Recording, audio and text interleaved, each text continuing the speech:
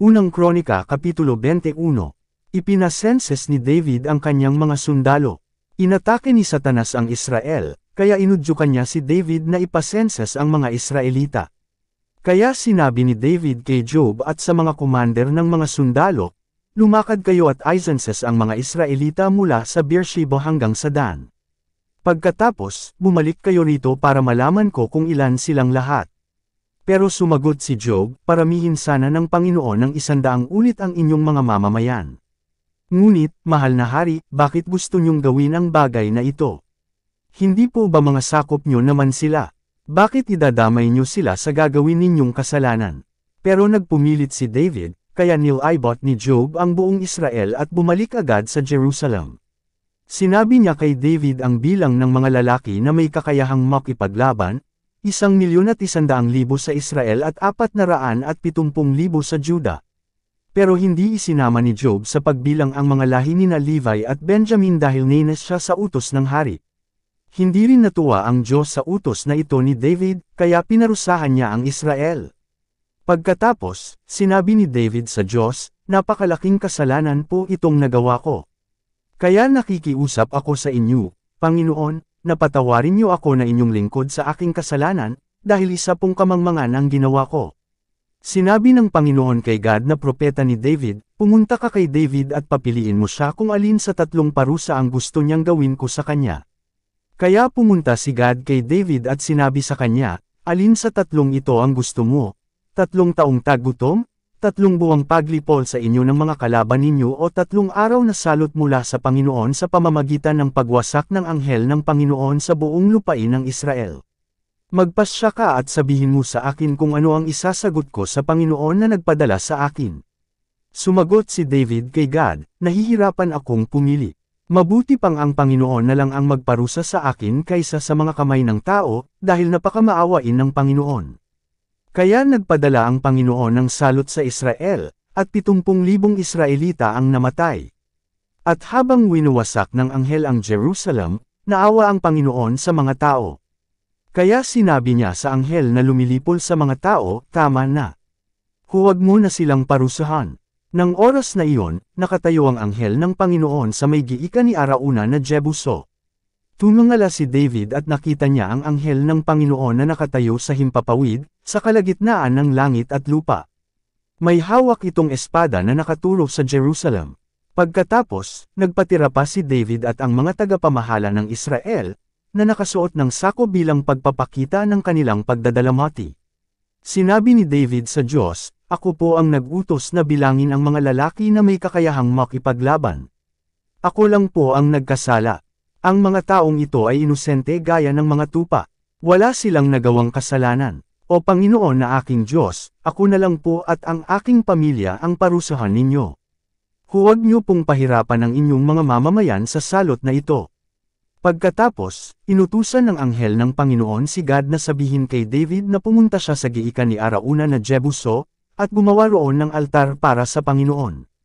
Kaya pumunta si David ayon sa utos ng Panginoon sa pamamagitan ni Gad. Nang panahong iyon, gumigiik ng trigo si Arauna at ang 4 niyang anak na lalaki. Nang makita nila ang anghel ng Panginoon, tumakbo ang 4 na anak ni Arauna at nagtago. Pagkatapos, nakita ni Arauna na paparating si David. Kaya umalis siya sa giikan at lumuhad sa harapan ni David bilang paggalang sa kanya. Sinabi ni David sa kanya, "Ipagbili mo sa akin ang giikan mo para makapagpatayo ako ng altar para sa Panginoon, para huminto na ang salot sa mga tao. Babayaran kita kung magkano ang halaga nito." Sinabi ni Arauna kay David, "Sige po mahal na hari, kunin ninyo. Gawin niyo kung ano ang gusto ninyo. Bibigyan ko pa po kayo ng baka para ailay bilang handog na sinusunog, mga tabla na ginagamit sa paggiik para ipanggatong at trigo para ihandog bilang pagpaparangal sa Panginoon. Ibibigay ko po itong lahat sa inyo." Pero sumagot si Haring David kay Arauna, "Hindi ko ito tatanggapin ng libre. Babayaran kita kung magkano ang halaga nito. Hindi ko magagawang kunin ito sa iyo at ihandog sa Panginoon. Hindi ako mag-aalay ng handog na sinusunog na walang halaga sa akin." Kaya binayaran ni David si Arauna ng 600 pirasong ginto para sa lupain na iyon. Pagkatapos, gumawa siya roon ng altar para sa Panginoon at nag-alay ng mga handog na sinusunog at ng mga handog para sa mabuting relasyon. At sinagot siya ng Panginoon sa pamamagitan ng pagpapadala ng apoy mula sa langit para sunugin ang mga handog sa altar. Pagkatapos, sinabi ng Panginoon sa anghel na ibalik na ang espada niya sa lalagyan nito. Nang makita ni David na sinagot ng Panginoon ang kanyang dalangin, nag-alay pa siya ng handog doon sa giikan ni Arauna na Jebuso. Nang panahong iyon, ang tolda ng Panginoon at ang altar para sa mga handog na sinusunog na ipinagawa ni Moises sa ilang ay nasa mataas na lugar sa Gibeon. Pero hindi pumunta roon si David para magtanong sa Diyos, dahil natatakot siya sa espada ng anghel ng Panginoon. Unang Kronika Kapitulo 22. Pagkatapos, sinabi ni David, dito sa lugar na ito itatayo ang templo ng Panginoong Diyos at ang altar para sa mga handog na sinusunog ng Israel. Ang paghahanda para sa pagpapatayo ng templo. Nag-utos si David na tipunin ang mga dayuhang naninirahan sa Israel. Pumili siya sa kanila ng mga taga-tabas ng bato para sa templo ng Diyos. Nagbigay si David ng napakaraming bakal para gawing mga pako at bisagra para sa mga pintuan, at maraming tanso na hindi na matimbang sa sobrang bigat. Naghanda rin siya ng napakaraming kahoy na sidro na dinala sa kanya ng mga Sidoneo at Tyreo. Sinabi ni David, bata pa ang anak kong si Solomon at wala pa siyang karanasan. Kailangang ang templo ng Panginoon na itatayo ay napakaganda at magiging tanyag sa buong mundo. Kaya paghahandaan ko ito ngayon pa lang. Kaya lubusan ang paghahandang ginawa ni David bago siya mamatay. Pagkatapos, ipinatawag ni David ang anak niyang si Solomon at inutusang ipatayo ang templo para sa Panginoon, ang Diyos ng Israel. Sinabi ni David kay Solomon, anak, gusto ko sanang magpatayo ng templo para sa karangalan ng pangalan ng Panginoon na aking Diyos. Pero ito ang sinabi niya sa akin, sa dami ng labanang napagdaanan mo, maraming tao ang napatay mo, kaya hindi kita papayagang magpatayo ng templo para sa karangalan ng aking pangalan. Ngunit bibigyan kita ng anak na lalaki na maghahari ng may kapayapaan dahil hindi siya gagambolin ng lahat ng kanyang kalaban sa paligid. Ang magiging pangalan niya ay Solomon, at bibigyan ko ng kapayapaan ang Israel sa kanyang paghahari. Siya ang magpapatayo ng templo para sa karangalan ng aking pangalan. Ituturing ko siyang anak at ako'y magiging kanyang ama. Maghahari ang mga angkan niya sa Israel magpakailanman. Kaya anak, gabayan ka sana ng Panginoon at magtagumpay ka sa pagpapatayo mo ng templo ng Panginoon na iyong Diyos, ayon sa sinabi niya na gawin mo. Bigyan ka sana ng Panginoon na iyong Diyos ng karunungan at pangunawa para matupad mo ang kautusan niya sa panahon na pamamahalan ka niya sa buong Israel. At kung matupad mo ng mabuti ang mga utos at mga tuntunin na ibinigay niya sa Israel sa pamamagitan ni Moises, magiging matagumpay ka. Kaya magpakatatag ka at magpakatapang. Huwag kang matakot o kaya'y manlupaypay. Pinaghirapan kong mabuti ang paghahanda ng mga materyales para sa pagpapatayo ng templo ng Panginoon 3,500 toneladang ginto, 35,500 toneladang pilak, at maraming tanso at mga bakal na hindi na matimbang sa sobrang bigat. Naghanda rin ako ng mga kahoy at mga bato, pero kailangan mo pa rin itong dagdagan. Marami kang manggagawa, mga taga-tabas ng bato, mga mason, mga karpintero at mga taong may kakayahan sa anumang gawaing ginto, pilak, tanso at bakal. Ngayon, simulan mo na ang pagpapagawa, at gabayan ka sana ng Panginoon. Pagkatapos, inutusan ni David ang lahat ng pinuno ng Israel para tulungan ang anak niyang si Solomon. Sinabi niya sa kanila, kasama niyo ang Panginoon na inyong Diyos at binigyan niya kayo ng kapayapaan sa mga kalaban ninyo sa paligid. Sapagkat ipinagkatiwala niya sa akin ang lahat ng naninirahan sa lupaing ito, at ngayon ay sa Panginoon na at tayong mga mamamayan niya ang may sakop sa mga ito. Kaya ngayon, italaga ninyo ang inyong sarili sa Panginoon na inyong Diyos, ng buong puso't kaluluwa. Simulan na ninyo ang pagtatayo ng templo ng Panginoon na inyong Diyos para mailagay na ang kahon ng kasunduan at ang mga banal na kagamitan ng Diyos sa templong ito na itatayo para sa karangalan ng pangalan ng Panginoon. Unang Kronika Kapitulo 23. Ang gawain ng mga Levita. Nang matandang-matanda na si David, ginawa niyang hari ng Israel ang anak niyang si Solomon. Ipinatipon niya ang lahat ng pinuno ng Israel, pati ang mga pari at mga Levita. Binilang ang mga Levita na nasa edad 30 pataas, at ang bilang nila'y 38,000.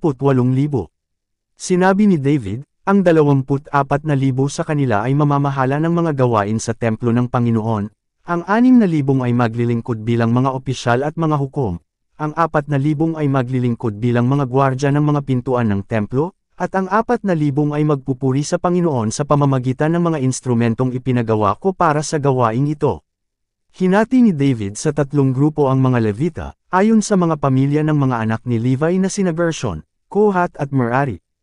Ang mga angkan ni Gershon. Ang mga anak ni Gershon ay sina Ladan at Shimei. 3 ang anak ni Ladan, si Jehiel, ang pinakapinuno ng kanilang pamilya, si Zatam at si Joel. Sila ang mga pinuno ng mga pamilya ni Ladan. Si Shimei ay may 3 ring anak na lalaki na sina Shelomo, Haziel at Haran. Nagkaroon pa ng 4 na anak na lalaki si Shimei, ang pinakapinuno ng kanilang pamilya ay si Jahat, ang pangalawa ay si Zina, at sumunod sina Josh at Beria. Kakaunti lang ang mga anak ni Josh at Beria, kaya binilang sila na isang pamilya lang. Ang mga angkan ni Kohat. Si Kohat ay may 4 na anak na lalaki na sina Amram, Ezer, Hebron at Uziel. Ang mga anak na lalaki ni Amram ay sina Aaron at Moises. Ibinukod si Aaron at ang kanyang mga angkan para sa pagtatalaga ng mga pinakabanal na bagay, sa pag-aalay ng mga handog sa Panginoon, sa paglilingkod sa Kanya at sa pagbabasbas sa pamamagitan ng pangalan ng Panginoon. Ito ang magiging tungkulin nila magpakailanman. Ang mga anak na lalaki ni Moises na lingkod ng Diyos ay kabilang sa mga Levita. Ang mga anak niyang lalaki ay sina Gershom at Eliezer. Ang isa sa mga anak na lalaki ni Gershom ay si Shebuel na pinakapinuno ng kanilang pamilya. Si Eliezer ay may kaisa-isang anak na lalaki, si Rehabiah na pinakapinuno rin ng kanilang pamilya. Marami ang mga angkan ni Rehabiah. Ang isa sa mga anak na lalaki ni Ezer ay si Shelomit na pinakapinuno ng kanilang pamilya. Ang mga anak na lalaki ni Hebron ay sina Jeriah na pinakapinuno ng kanilang pamilya, si Amariah ang ikalawa, si Jahaziel ang ikatlo, at si Jecamim ang ika-4. Ang mga anak na lalaki ni Uziel ay sina Micas na pinakapinuno ng kanilang pamilya, at Ishia ang pangalawa. Ang mga angkan ni Merari. Ang mga anak na lalaki ni Merari ay sina Mali at Mushi. Ang mga anak na lalaki ni Mali ay sina Eleazar at Kish. Namatay si Eleazar na walang anak na lalaki kundi puro babae. Sila'y napangasawa ng kanilang mga pinsan na mga anak ni Kish. Si Mushi ay may 3 anak na lalaki na sina Mali, Ader at Jerimo. Sila ang lahi ni Levi ayon sa mga pinuno ng kanilang mga pamilya. Nakatala ang kani-kanilang mga pangalan. Ang bawat isa sa kanila ay dapat nasa edad na 20 pataas para makapaglingkod sa templo ng Panginoon. Sinabi ni David, binigyan tayo ng Panginoon, ang Diyos ng Israel, ng kapayapaan at maninirahan siya sa Jerusalem magpakailanman. Hindi na kailangang dalhin ng mga Levita ang toda at ang mga kagamitan nito. Ayon sa huling utos ni David, ang lahat ng Levita na nasa edad 20 pataas ay itinala para maglingkod. Ang tungkulin ng mga Levita ay ang pagtulong sa mga pari, na mga angkan ni Aaron sa paglilingkod sa templo ng Panginoon. Sila ang mga dalaga ng bakuran ng templo at ng mga kwarto sa gilid nito. Sila rin ang tutulong sa mga seremonya ng paglilinis at ng iba pang gawain sa templo ng Diyos. Sila rin ang pinagkatiwalaan sa banal na tinapay na inilalagay sa mesa, sa harina para sa mga handog ng pagpaparangal sa Panginoon, sa tinapay na walang pampaalsa, at sa iba pang niluluto at minamasa.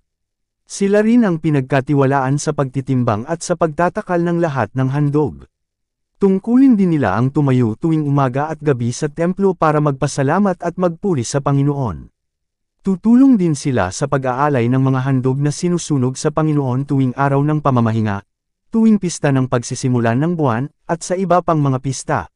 May mga sinusunod silang tuntunin kung ilang mga Levita ang gagawa ng gawain ito at kung paano nila ito gagawin. Kaya ginawa ng mga Levita ang tungkulin nilang alagaan ang toldang tipanan at ang banal na lugar, at sa pagtulong sa mga kamag-anak nilang pari na mula sa angkan ni Aaron sa paglilingkod sa templo ng Panginoon.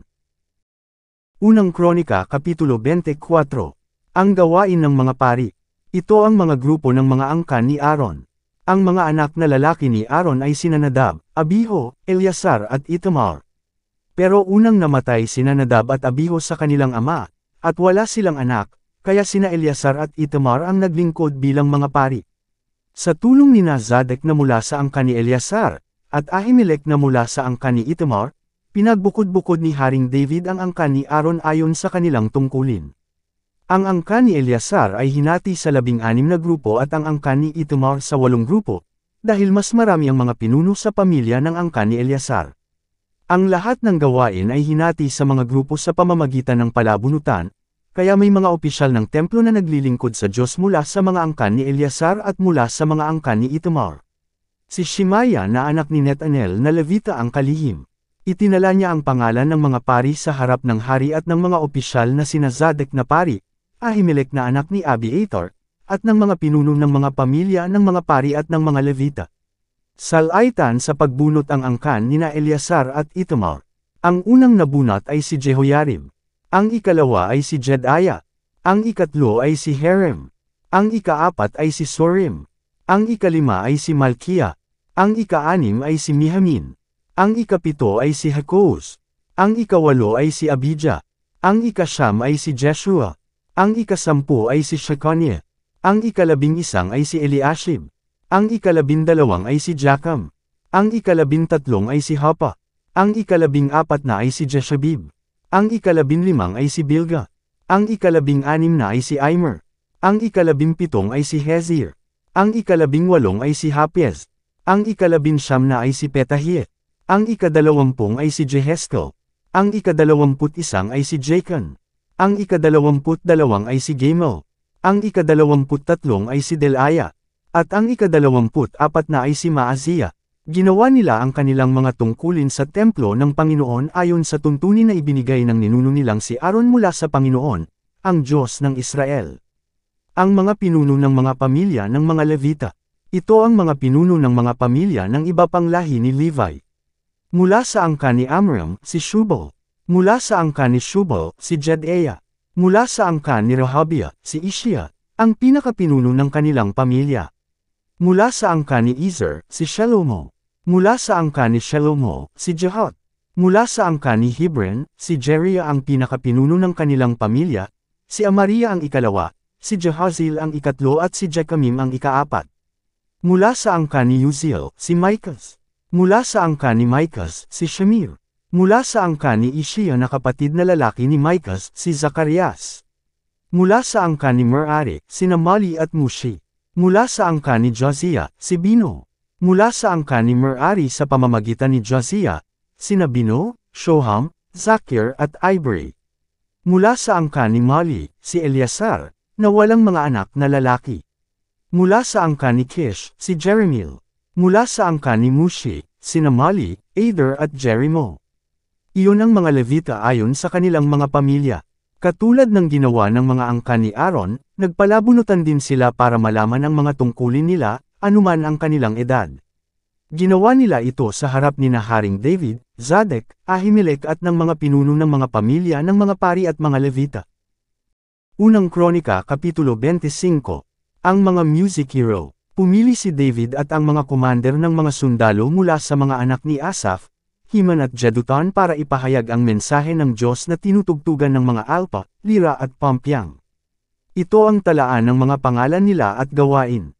Mula sa mga anak na lalaki ni Asaph, sina Zakir, Jose, Netanya at Asarela. Naglingkod sila sa ilalim ng pamamahala ng kanilang ama. Si Asaph ang nagpapahayag ng mensahe ng Diyos kung ipinag-uutos ito ng hari. Mula sa mga anak na lalaki ni Jeduthun, sina Gedaliah, Zeri, Jeshaiah, Shimei, Hashabiah at Matitiah, 6 silang lahat. Naglingkod din sila sa ilalim ng pamamahala ng ama nilang si Jeduthun, na nagpahayag ng mensahe ng Diyos na tinutugtugan ng alpa, na may pasasalamat at papuri sa Panginoon. Mula sa mga anak na lalaki ni Heman, sina Bukiah, Matanya, Uziel, Shibuel, Jerimo, Hananiah, Hanani, Eliata, Gidalti, Romamti-Ezer, Joshbekasha, Maloti, Hotir at Mahaziat. Silang lahat ang anak ni Heman na propeta ng hari. Pinarangalan siya ng Diyos sa pamamagitan ng pagbibigay sa kanya ng 14 na anak na lalaki at 3 anak na babae, ayon sa ipinangako ng Diyos sa kanya. Ang lahat ng lalaking ito ay pinamahalaan ng kanilang ama sa pagtugtog nila ng mga pampyang, lira at alpa bilang paglilingkod sa bahay ng Diyos. Sina Asaph, Jeduthun at Heman ay nasa ilalim ng pamamahala ng hari. Sila at ang mga kamag-anak nila, na 288 lahat ay mahuhusay na music hero para sa Panginoon. Nagpalabunutan sila para malaman ang kanya-kanyang tungkulin, bata man o matanda, guro man o mag-aaral. Ang unang nabunot sa pamilya ni Asaph ay si Jose at ang mga anak niyang lalaki at mga kamag-anak 12 sila. Ang ikalawa ay si Gedalia at ang mga anak niyang lalaki at mga kamag-anak 12 sila. Ang ikatlo ay si Zakir at ang mga anak niyang lalaki at mga kamag-anak 12 sila. Ang ikaapat ay si Isri at ang mga anak niyang lalaki at mga kamag-anak 12 sila. Ang ikalima ay si Netanya at ang mga anak niyang lalaki at mga kamag-anak 12 sila. Ang ika-anim ay si Bukia at ang mga anak niyang lalaki at mga kamag-anak 12 sila. Ang ikapito ay si Jesarela at ang mga anak niyang lalaki at mga kamag-anak 12 sila. Ang ikawalo ay si Jeshaya at ang mga anak niyang lalaki at mga kamag-anak 12 sila. Ang ikasyam ay si Matanya at ang mga anak niyang lalaki at mga kamag-anak 12 sila. Ang ikasampu ay si Shimei at ang mga anak niyang lalaki at mga kamag-anak 12 sila. Ang ikalabing-isang ay si Azarel at ang mga anak niyang lalaki at mga kamag-anak 12 sila. Ang ikalabindalawang ay si Hashabia at ang mga anak niyang lalaki at mga kamag-anak 12 sila. Ang ikalabintatlong ay si Shibyul at ang mga anak niyang lalaki at mga kamag-anak 12 sila. Ang ikalabing-apat na ay si Matitiya at ang mga anak niyang lalaki at mga kamag-anak 12 sila. Ang ikalabinlimang ay si Jerimo at ang mga anak niyang lalaki at mga kamag-anak 12 sila. Ang ikalabing-anim na ay si Hanania at ang mga anak niyang lalaki at mga kamag-anak 12 sila. Ang ikalabimpitong ay si Joshbekasha at ang mga anak niyang lalaki at mga kamag-anak 12 sila. Ang ikalabing-walong ay si Hanani at ang mga anak niyang lalaki at mga kamag-anak 12 sila. Ang ikalabinsyam na ay si Maloti at ang mga anak niyang lalaki at mga kamag-anak 12 sila. Ang ikadalawampung ay si Eliata at ang mga anak niyang lalaki at mga kamag-anak 12 sila. Ang ikadalawamput-isang ay si Hotir at ang mga anak niyang lalaki at mga kamag-anak 12 sila. Ang ikadalawamput-dalawang ay si Gedalti at ang mga anak niyang lalaki at mga kamag-anak 12 sila. Ang ikadalawamput-tatlong ay si Mahaziet at ang mga anak niyang lalaki at mga kamag-anak 12 sila. Ang ikadalawamput-apat na ay si Romamti-Ezer at ang mga anak niyang lalaki at mga kamag-anak 12 sila.